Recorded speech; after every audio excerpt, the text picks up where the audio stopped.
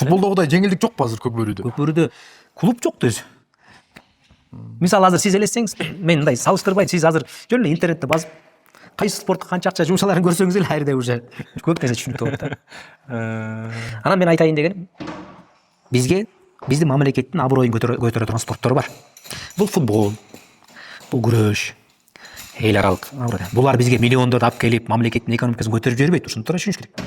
Булар биздин эл аралык деңгээлде бир аброюбузду көтөрүүгө себеп болушу мүмкүн. Биз ал бир футболдон дүйнөнүн чемпиону болсок, же биз олимпиаданы уткан спортчуларбыз. Булар келип бизге акча алып келбейт. Булар бизге тарбиялык мааниси бар. Ошол эле деңгээлде улуттук спорттун дагы өзүнүн тарбиялык орду чоң коомдо. Муну көбү түшүнбөй атат. Муну көбү түшүнөт кийин, бирок кеч болуп калганда түшүнөт да.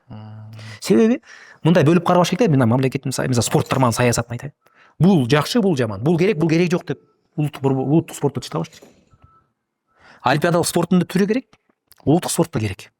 Экөөнүн орду эки башка.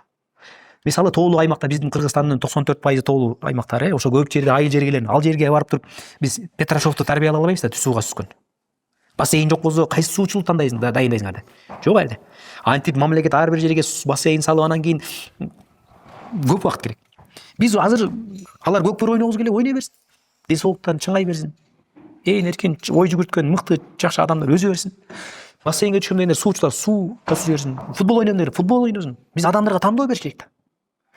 Бир спорт жакшы, бир спорт жаман деш. Мен футболду мен да жактырам.